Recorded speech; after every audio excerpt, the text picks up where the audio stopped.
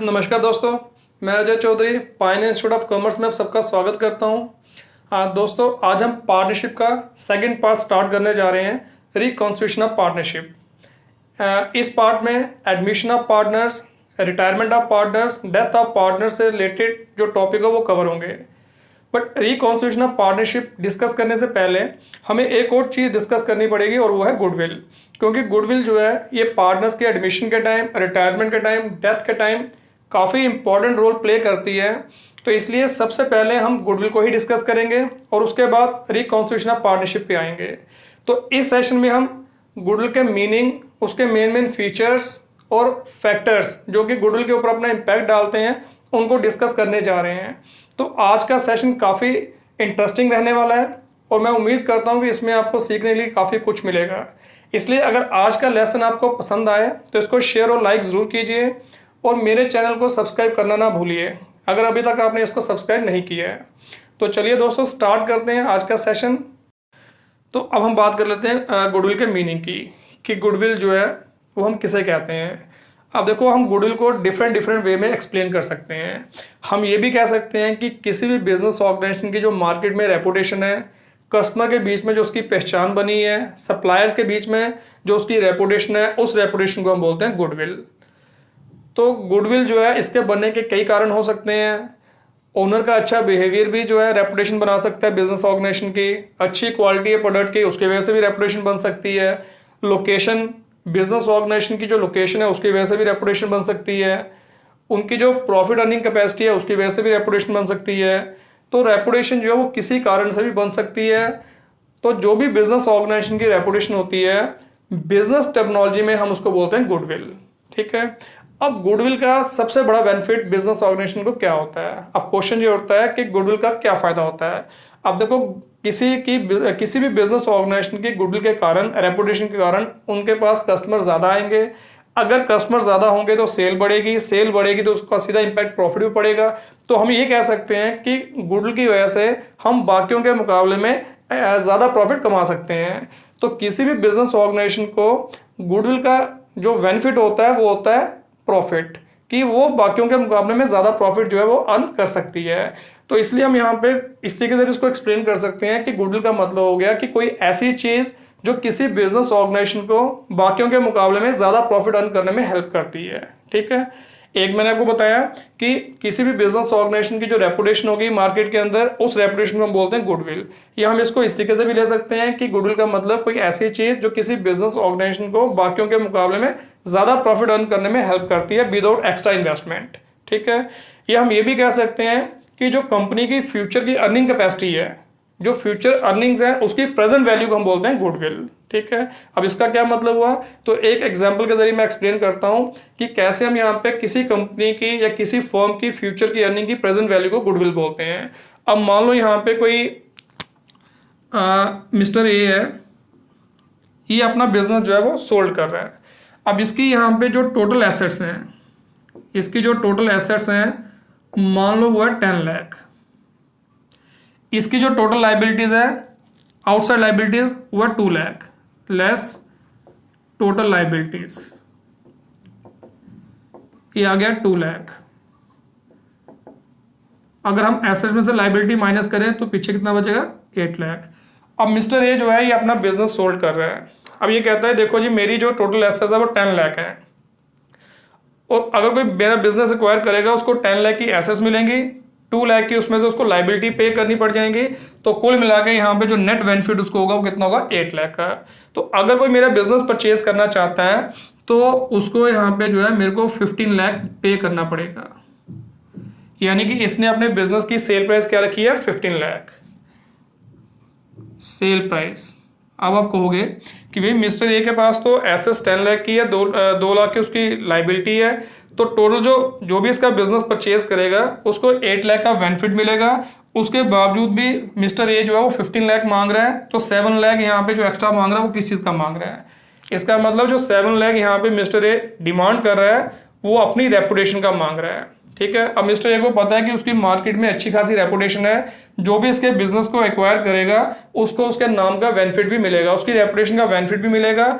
इसलिए यहाँ पे जो है इसने अपनी रेपुटेशन की कीमत भी कितनी लगाई है, 7 लाख। ठीक है। क्योंकि यहाँ पे जो है 8 लाख की नेट एसेट्स नेट बेनिफिट होने के बावजूद भी वो 7 लाख एक्स्ट्रा मांग रहा है। अब मान लो कोई मिस्टर बी है, अब मिस्टर बी जो है वो यहाँ पे मिस्टर ए का बिजनेस एक्वायर करने को तैयार हो गया है और वो 15 लाख पे करने को भी तैयार है। अब क्वेश्चन ये उठता है कि मिस्टर ए तो यहाँ पे 15 लाख मांग रहा है, अब बी जो है वो कैसे यहाँ पे जो है उसको 7 लाख जो है एक्स्ट्रा देने को तैयार हो गया है, जबकि उसको यहाँ पे जो बेनिफिट मिलेगा नेट वो 8 लाख का मिलेगा।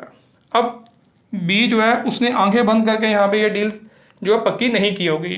इसका मतलब सबसे पहले उसने यहाँ पे जज किया होगा कि वाकई में यहाँ पे जो मिस्टर ए है उसकी यहाँ पे मार्केट में रेपुटेशन है कि नहीं है, ठीक है। अगर उसकी मार्केट में रेपुटेशन है तो उसकी क्या वैल्यू होगी, तो उस हिसाब से यहाँ पे इसने भी अपनी असेसमेंट की होगी। उसके बाद यहाँ पे जो है ये मिस्टर ए का बिजनेस जो है परचेज करने को तैयार हो गया है। अब अगर मिस्टर बी जो है वो इसका बिजनेस एक्वायर करने को तैयार हो गया है, इसका मतलब मिस्टर बी जो है वो ये मान के चल रहा है कि भाई अगर मैं आज 7 लाख रुपए इसकी रेपुटेशन के लिए पे कर देता हूँ तो ये मैं जल्दी यहाँ पे जो रिकवर कर लूँगा, क्योंकि इसकी रेपुटेशन की वजह से, इसकी गुडविल की वजह से ये जो 7 लाख है मैं अगले कुछ सालों में यहाँ पे जो है ज़्यादा प्रॉफिट अर्न करके यहाँ पे कवर कर लूँगा। तो इसका मतलब मिस्टर बी को यहाँ पे जो है कुछ एक्स्ट्रा बेनिफिट जो है फ्यूचर में नज़र आ रहा है, जिसके लिए आज वो यहाँ पे जो है इसको 7 लाख रुपया पे करने को तैयार हो गया है, यानी कि वो मिस्टर ए की गुडविल के लिए पे करने को तैयार हो गया है। तो अब मिस्टर बी जो है मिस्टर ए को जो 7 लाख जो उसकी गुडविल के लिए पे कर रहा है, ये क्यों कर रहा है? फ्यूचर के बेनिफिट के लिए, कि उसको फ्यूचर में यहाँ पे जो है इसके नाम को यूज करके अच्छा खासा प्रॉफिट होने वाला है, इसलिए यहाँ पे जो है आज वो 7 लाख पे करने को तैयार हो गया। तो हम ये कह सकते हैं जो फ्यूचर की मिस्टर ए की जो बिजनेस ऑर्गेनाइजेशन है उसकी जो फ्यूचर की अर्निंग है उसकी प्रेजेंट वैल्यू यहाँ पे जो है वो कितनी है? 7 लाख। मिस्टर बी जो है मिस्टर ए की यहाँ पे फ्यूचर की अर्निंग के लिए आज 7 लाख देने को तैयार हो गया है, तो इसका मतलब इसी को हम क्या बोलेंगे? गुडविल, ठीक है। तो इसलिए मैंने आपको बताया कि जो किसी कंपनी की फ्यूचर की अर्निंग है उसकी प्रेजेंट वैल्यू को हम बोलते हैं गुडविल। तो इस तरीके से हम यहाँ पे जो है डिफरेंट वे में यहाँ पे गुडविल को एक्सप्लेन कर सकते हैं। हम ये भी कह सकते हैं कि गुडविल का मतलब हो गया कि किसी बिजनेस ऑर्गेनाइजेशन की जो मार्केट में रेपुटेशन है, कस्टमर के बीच में जो रेपुटेशन है, सप्लायर के बीच में यहाँ पे जो रेपुटेशन है उसको गुडविल बोलते हैं। या गुडविल का मतलब कोई ऐसी चीज़ जो किसी बिजनेस ऑर्गेनाइजेशन को बाकियों के मुकाबले में ज़्यादा प्रॉफिट अर्न करने में हेल्प करती है, या किसी कंपनी की जो फ्यूचर की एक्सपेक्टेड अर्निंग है उसकी प्रेजेंट वैल्यू को बोलते हैं गुडविल, ठीक है। और मैंने आपको ये एक्सप्लेन कर दिया कि कैसे हम यहाँ पे जो है किसी कंपनी की फ्यूचर की अर्निंग की प्रेजेंट वैल्यू को हम गुडविल कहते हैं। क्लियर है, ठीक है। तो ये हो गया हमारा गुडविल का मीनिंग। अब बात कर लेते हैं इसके फीचर्स की कि कौन कौन से इसके मेन फीचर्स हैं, कौन कौन से इसकी मेन जो है खास बातें हैं। तो ये कुछ पॉइंट मैंने लिख रखे हैं, तो वन बाय वन इनको हम डिस्कस करते हैं। तो यही हमारी गुडविल के मेन फीचर्स हैं। अब सबसे पहले नंबर 1 फीचर क्या आ गया? कहता है goodwill of a business can not be sold in part और in isolation except on admission और रिटायरमेंट ऑफ पार्टनर। तो पहला फीचर है कि जो बिजनेस की गुडविल है हम यहाँ पे इसको इंडिविजुअली सोल्ड नहीं कर सकते, ठीक है। मतलब जैसे मान लो हमारे पास लैंड एंड बिल्डिंग है, हमारे पास मशीनरी है, फर्नीचर है, हम चाहें तो इसको यहाँ पे अलग अलग बेच सकते हैं। लैंड एंड बिल्डिंग बेच सकते हैं अलग से, फर्नीचर अलग से बेच सकते हैं, मशीनरी अलग से बेच सकते हैं, बट गुडविल जो है ये इंडिविजुअली सोल्ड नहीं की जा सकती। ये जब भी बिकेगी पूरी बिजनेस ऑर्गेनाइजेशन के साथ ही बिकेगी, ठीक है। तो इसको हम यहाँ पे इंडिविजुअली सोल्ड नहीं कर सकते। सिर्फ इसमें 2 एक्सेप्शन है कि अगर यहाँ पे हम कोई नया पार्टनर फर्म के अंदर एडमिट करते हैं या किसी पार्टनर की रिटायरमेंट होती है, उस केस में यहाँ पे जो है हम इंडिविजुअल लेवल पे यहाँ पे जो गुडविल जो है एक तरह से सेल कर सकते हैं, ठीक है। मतलब जब हम नया पार्टनर एडमिट करते हैं बिजनेस के अंदर, जब नया पार्टनर एडमिट करते हैं तो पुराने पार्टनर जो है उसको कहते हैं कि हमने यहाँ पे जो है काफ़ी मेहनत के साथ इस फर्म की गुडविल जो है वो खड़ी की है, इसलिए आपको उसका फ्री में बेनिफिट नहीं लेने देंगे। आपके आने से हमें नुकसान होगा क्योंकि हमारा प्रॉफिट जो है कम हो जाएगा, तो इसलिए आपको यहाँ पे जो है फर्म की गुडविल में कंट्रीब्यूट करना पड़ेगा।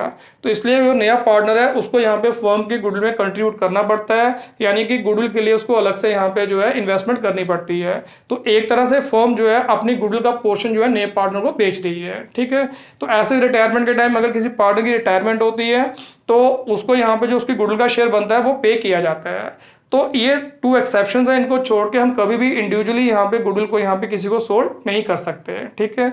आगे जब हम एडमिशन और रिटायरमेंट वाला पोर्शन पढ़ेंगे तो उसमें आपको बताऊंगा कि कैसे गुडविल को हम ट्रीट करते हैं। क्लियर है।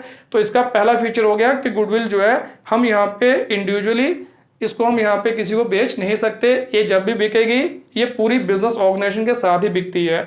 जब पूरी ऑर्गेनाइजेशन में सेल करनी है तभी हम यहाँ पे उसकी रेपुटेशन की वैल्यू मांग सकते हैं। ठीक है, क्लियर है।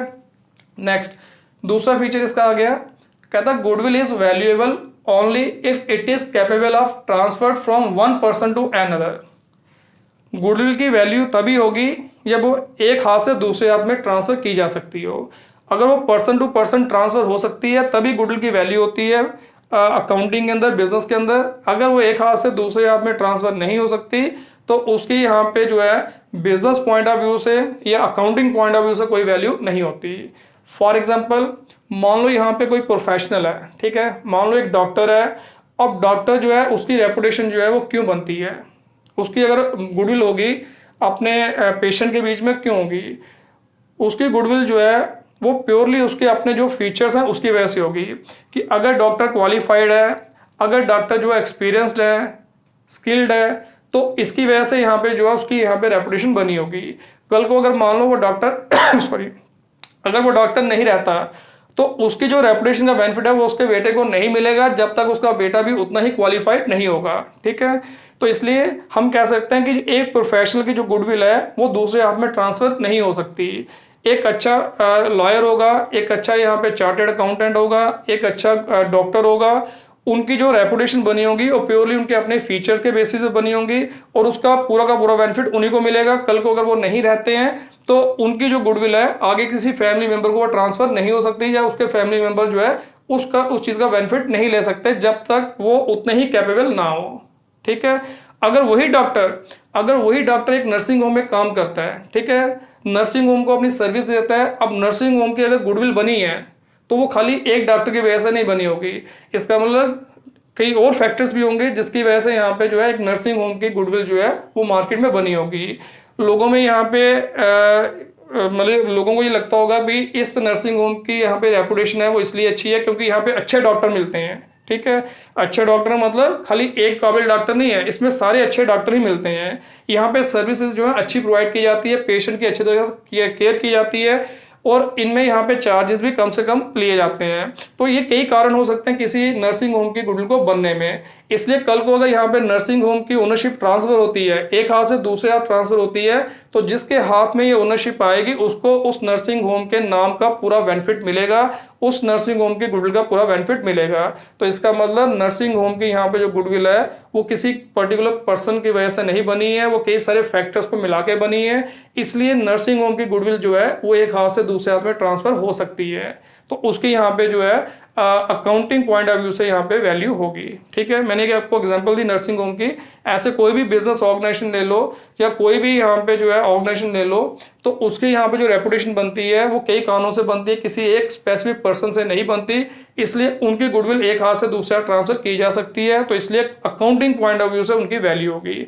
तो कहने का मतलब है कि ये गुडविल का दूसरा फीचर है कि गुडविल की वैल्यू तभी होगी जब वो एक हाथ से दूसरे हाथ में ट्रांसफर की जा सकती है। अगर एक हाथ से दूसरे हाथ वो ट्रांसफर नहीं हो सकती तो यहाँ पे उसकी कोई कमर्शियल वैल्यू नहीं होगी। ठीक है, next, the valuation of goodwill is based on the subjective judgement of the valuer. जो गुडविल की वैल्यू होती है ये वैल्यू करने वाले की सब्जेक्टिव जजमेंट पे बेस्ड होती है। ये तीसरा फीचर है। ठीक है, वैल्यूअर का मतलब जो गुडविल की वैल्यूएशन करता है। अब देखो यहाँ पे गुडविल की वैल्यूएशन करने के कई मेथड्स है अकाउंटिंग के अंदर। ठीक है, एक अकाउंटेंट या एक वैल्यूअर जो है वो अपने ओपिनियन के मुताबिक देखता है कि भाई यहाँ पे इस सिचुएशन में कौन सा मेथड जो है सूटेबल होगा। तो इसका मतलब वैल्यूअर की जो अपनी सोच होगी, अपनी समझ होगी, उसके मुताबिक ही वो सूटेबल मेथड यूज करके जो है गुडविल की वैल्यू निकाल सकता है। तो अपनी सोच, अपनी पर्सनल जजमेंट के बेस पे अगर हम यहाँ पे कोई भी जजमेंट देते हैं उसको बोलते हैं सब्जेक्टिव जजमेंट। तो मतलब कहने का है कि अगर किसी एक बिजनेस ऑर्गेनाइजेशन की गुडविल की वैल्यूएशन के लिए अगर हम दो अलग अलग वैल्यू रखते हैं, कोई अलग अलग पर्सन रखते हैं, उनको कहते हैं कि इस ऑर्गेनाइजेशन की गुडविल की वैल्यू कंप्यूट करो, तो ये पॉसिबिलिटी है कि दोनों उसकी वैल्यू अलग अलग कंप्यूट करें। जो मिस्टर ए है वो उसकी वैल्यू अलग निकाले, मिस्टर बी जो है उसकी वैल्यू अलग निकाले। क्यों? क्योंकि जो उनकी अपनी पर्सनल जो बिलीफ होगी, जो उनके सोचने का तरीका होगा, जो वो समझ रहे होंगे, उसके मुताबिक यहाँ पे जो है वो मेथड यूज करके गुडविल की वैल्यू निकाल सकते हैं। तो हम ये कह सकते हैं कि गुडविल की वैल्यू जो होती है वो वैल्यूअर की सब्जेक्टिव जजमेंट, जो उसका अपना पर्सनल बिलीफ, अपना पर्सनल ओपिनियन होता है, उसके ऊपर बेस्ड होती है। तो ये यहाँ पे जो है गुडविल का तीसरा फीचर है। ठीक है। Next, value of goodwill fluctuates from time to time due to internal और एक्सटर्नल फैक्टर्स। कि जो गुडविल की वैल्यू होती है ये कभी भी कांस्टेंट नहीं रहती, इसकी वैल्यू जो है ये टाइम टू टाइम फ्लक्चुएट करती रहती है, क्योंकि कई सारे फैक्टर्स होते हैं जो किसी बिजनेस ऑर्गेनाइजेशन की गुडविल के ऊपर अपना इम्पैक्ट डालती है।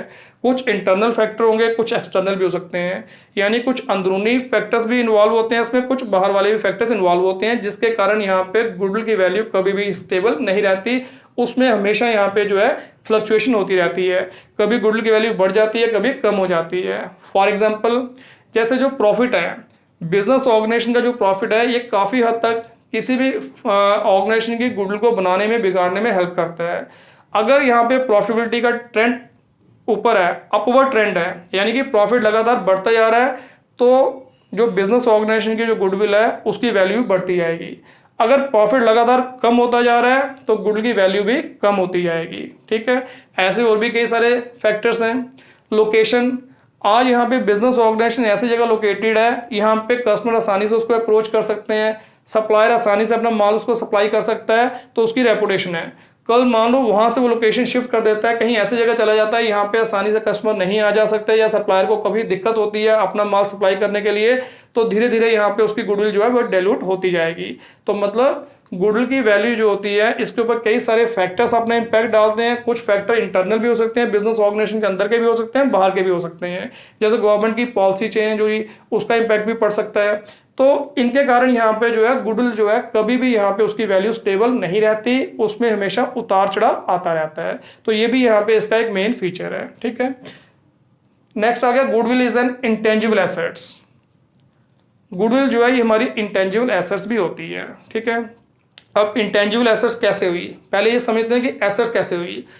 एसेट्स का मतलब क्या हुआ, एसेट्स हमारी एक तरह की इन्वेस्टमेंट होती है जिसका बेनिफिट हमें फ्यूचर में मिलता है, कि आज हम इन्वेस्ट कर रहे हैं और फ्यूचर में उसका बेनिफिट जो है हमें प्रॉफिट के रूप में मिलेगा। ठीक है।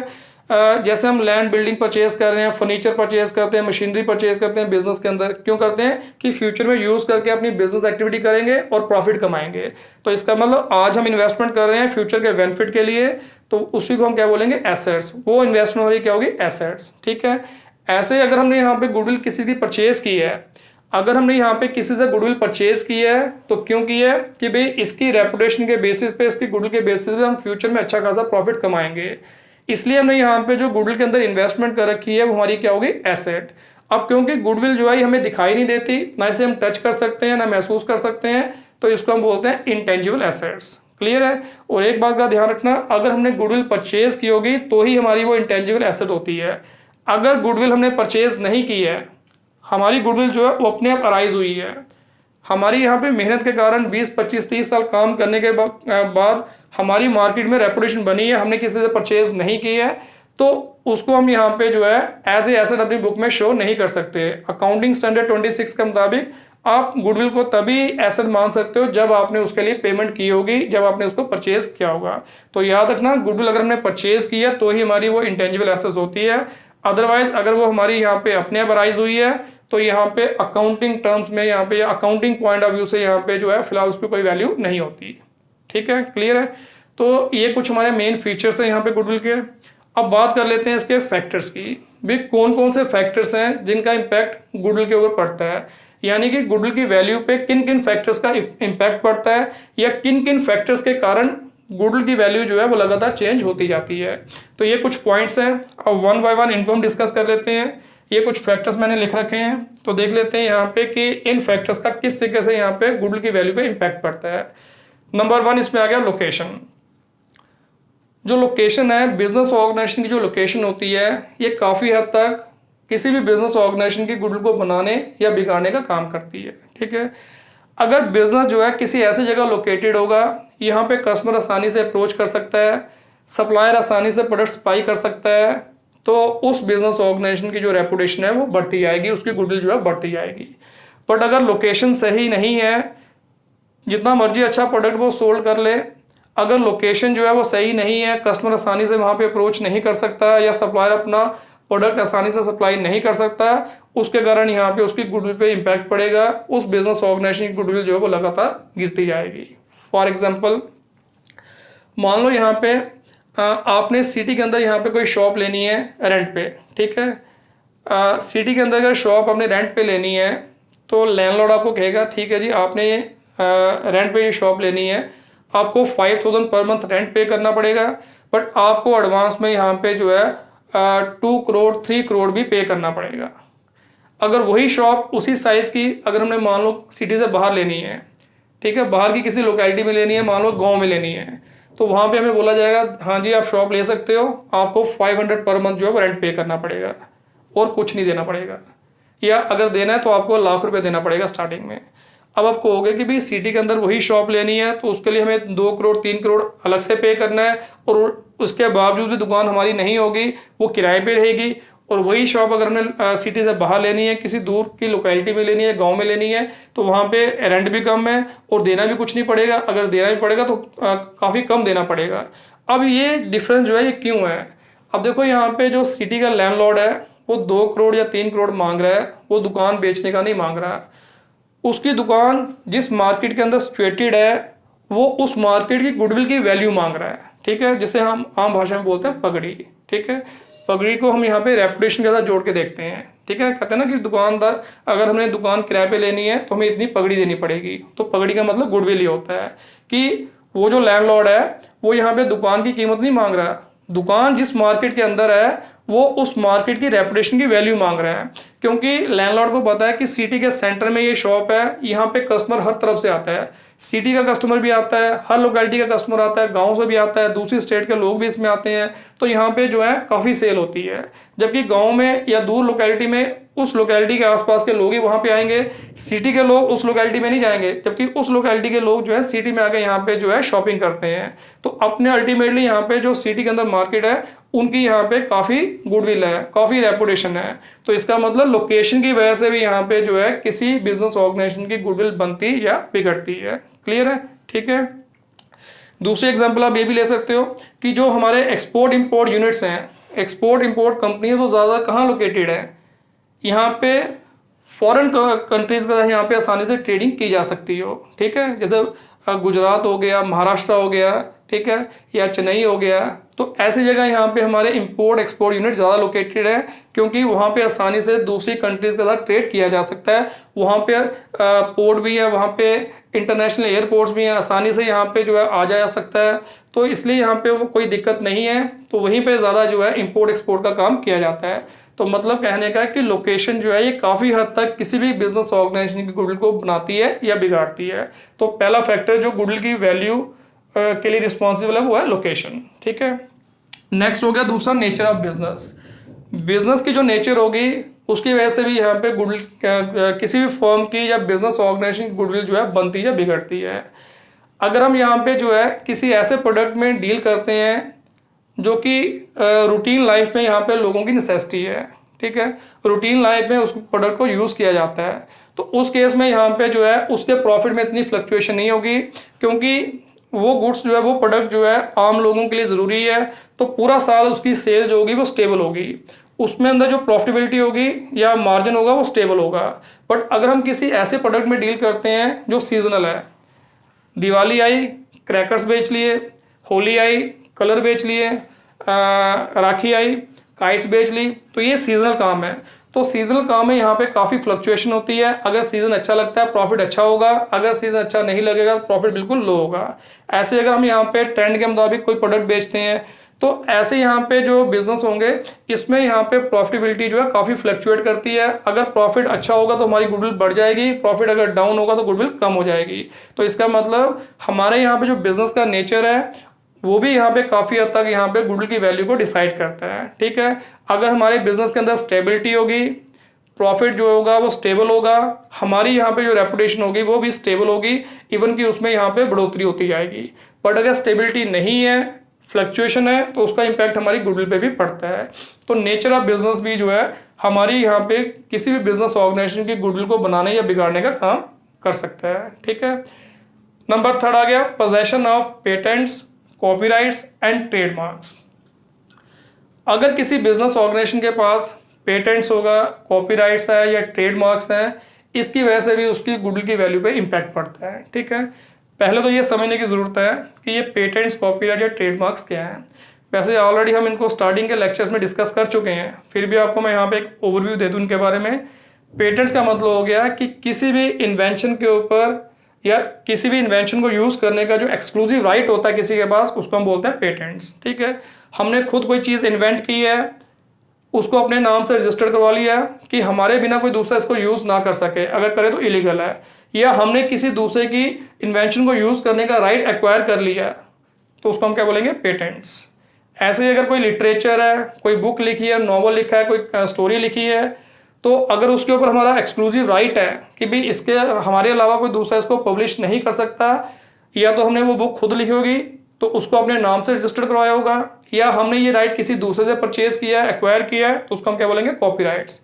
ऐसे ही यहाँ पे जो बिजनेस का लोगो होगा, सिंबल होगा, अगर हमें उसको यूज़ करने का एक्सक्लूसिव राइट है, उसको अपने नाम से हमने रजिस्टर करा रखा है, उसको बोलते हैं ट्रेडमार्क्स। ठीक है, तो अगर किसी बिजनेस ऑर्गेनाइजेशन के पास पेटेंट्स, कॉपीराइट या ट्रेडमार्क्स जैसी कोई एसेट होगी, तो उसकी वजह से भी यहाँ पे उसकी जो रेपुटेशन है वो बढ़ सकती है, अगर यहाँ पे इन एसेट्स की कोई वैल्यू होगी।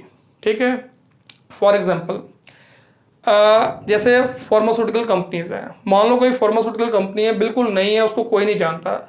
आज अगर वो अनाउंस कर देती है कि भाई उसने कोरोना की वैक्सीन बना ली है, उसके बाद इसका पेटेंट आ गया है, अब यहाँ पे जो है ये कमर्शियली इसको यहाँ पे बेचना शुरू करेगी।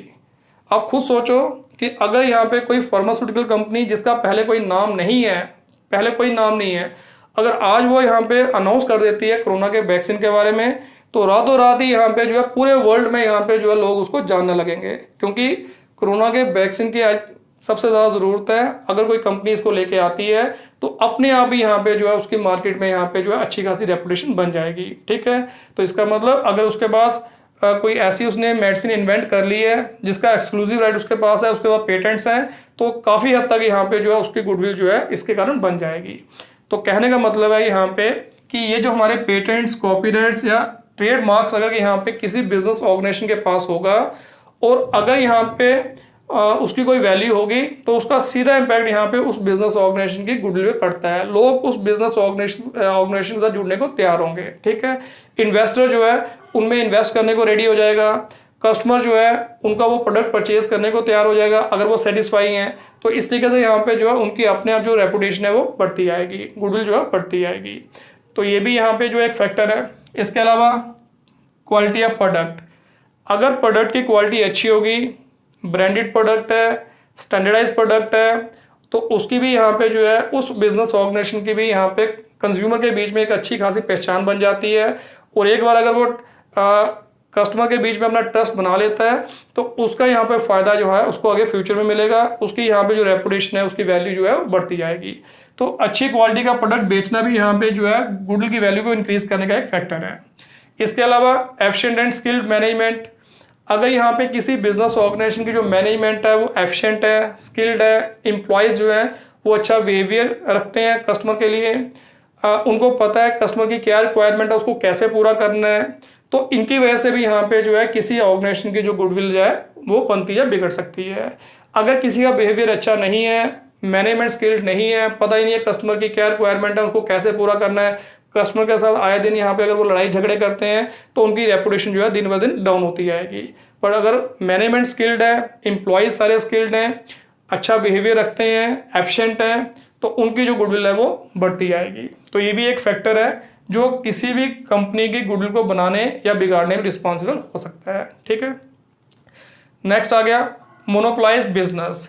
इसके अलावा अगर किसी बिजनेस ऑर्गेनाइजेशन की मार्केट में मोनोपोली है, मोनोपोली का मतलब होता है कि अगर वो सिंगल सेलर है, जिस प्रोडक्ट में वो डील करता है उस प्रोडक्ट को मार्केट में कोई दूसरा नहीं बेचता है, वो सिंगल सेलर है, उसके सामने कोई कंपटीशन नहीं है, इसकी वजह से भी यहाँ पे जो है बिजनेस ऑर्गेनाइजेशन की जो गुडविल है वो बन जाती है। फॉर एग्जांपल जैसे हम बात करते हैं बीएसएनएल की, आज से अगर हम यहाँ पे 15-16 साल पीछे चले जाएं तो टेलीकॉम की जो सर्विसेज वो कौन प्रोवाइड करता था, बीएसएनएल। ठीक है, अगर मेट्रो सिटी को छोड़ दे वहाँ पे एमटीएनएल भी होती थी, बट यहाँ पे जो है बाकी जगह बीएसएनएल ही है जो यहाँ पे टेलीकॉम की सर्विस प्रोवाइड करती थी। उस समय वो इतनी ऐड भी नहीं देते थे न्यूज़पेपर में, बट उसके बावजूद भी लोगों को पता था कि अगर टेलीफोन का फैसिलिटी लेनी है, टेलीफोन का कनेक्शन लेना है, तो हमें कहाँ जाना है, कहाँ से मिलेगा। इवन कि वहाँ पे यहाँ पे जो है लोगों को कई बार यहाँ पे एक्स्ट्रा भी पे करना पड़ता था सर्विसेज लेने के लिए। उस समय BSNL की मार्केट में मोनोपोली थी, जिसकी वजह से उसकी यहाँ पे मार्केट में एक पहचान बन चुकी थी। आज उसकी मोनोपोली नहीं है, आज 10 प्लेयर और भी हैं उस सेक्टर में, जिसकी वजह से यहाँ पे अब BSNL को यहाँ पे जो है बड़े कम लोग पूछते हैं और दिन ब दिन उसकी जो वैल्यू गुडविल की वो कम होती जा रही है। तो इसलिए यहाँ पे अगर किसी बिजनेस ऑर्गेनाइजेशन की मार्केट में मोनोपोली है, यानी कि पूरा कंप्लीट कंट्रोल है, सिंगल एक जो प्रोडक्ट वो बेच रहा है, उसके अलावा कोई दूसरा उस प्रोडक्ट को नहीं सेल कर रहा है, कोई कंपटीशन है उसके सामने, इसकी वजह से भी यहाँ पे जो है फर्म की गुडविल जो है बन सकती है। ठीक है, तो ये भी एक फैक्टर हमारा हो सकता है।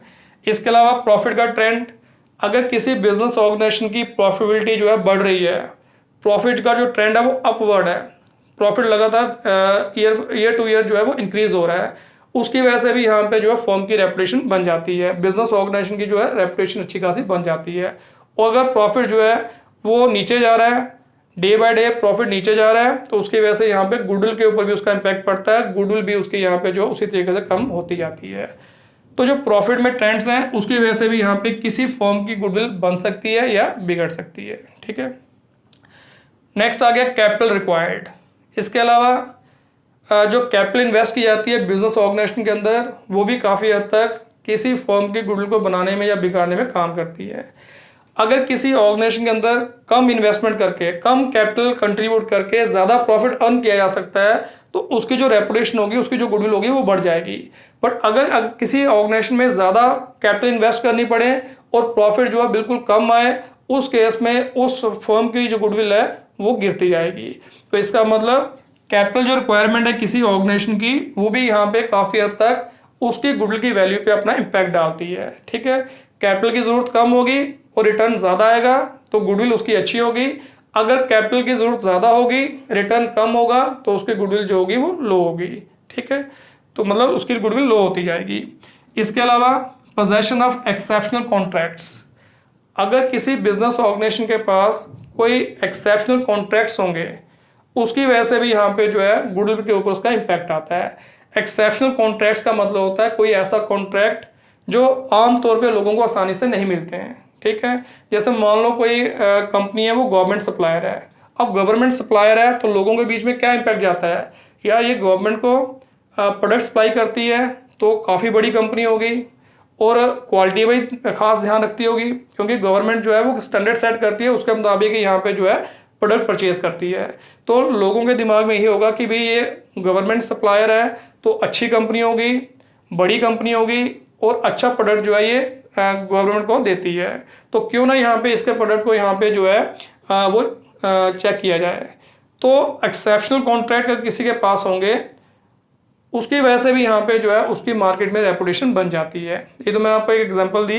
वैसे ही अगर यहाँ पे किसी के पास कोई गवर्नमेंट का कॉन्ट्रैक्ट है या किसी मल्टीनेशनल कंपनी का कॉन्ट्रैक्ट है, तो अपने आप लोग उसके साथ जुड़ेंगे, अपने आप लोग उसके साथ जुड़ना पसंद करेंगे। इन्वेस्टर जो है वो इन्वेस्टमेंट करने को तैयार होगा, बायर जो होगा वो उस कंपनी के प्रोडक्ट को यूज़ करने के लिए तैयार होगा, सप्लायर जो है वो अपना यहाँ पे रॉ मटेरियल उसको सप्लाई करने के लिए आसानी से तैयार हो जाएगा। तो इसका मतलब एक्सेप्शनल कॉन्ट्रैक्ट्स के कारण भी यहाँ पे जो है किसी फर्म की, किसी ऑर्गेनाइजेशन की गुडविल या तो बन सकती है या बिगड़ सकती है। ठीक है, क्लियर है। तो ये थे कुछ हमारे फैक्टर्स जो यहाँ पे किसी भी बिजनेस ऑर्गेनाइजेशन की गुडविल को बनाने में या बिगाड़ने में रिस्पॉन्सिबल हो सकते हैं। तो दोस्तों आज हमने पढ़ा गुडविल का मीनिंग, उसके मेन फीचर्स, देन उसके फैक्टर्स कि कौन कौन से फैक्टर्स जो हैं वो गुडविल की वैल्यू को बिगाड़ने में या बनाने में रिस्पॉन्सिबल हो सकते हैं। अब इसी टॉपिक को हम अगले सेशन में भी कंटिन्यू करेंगे। तो अगले सेशन में हम देखेंगे कि गुडविल की वैल्यूएशन जो है वो किस तरीके से की जाती है, जो कि सबसे इंपॉर्टेंट पार्ट है इस टॉपिक का। तो चलिए दोस्तों, मिलेंगे अपने अगले सेशन में। Thank you very much.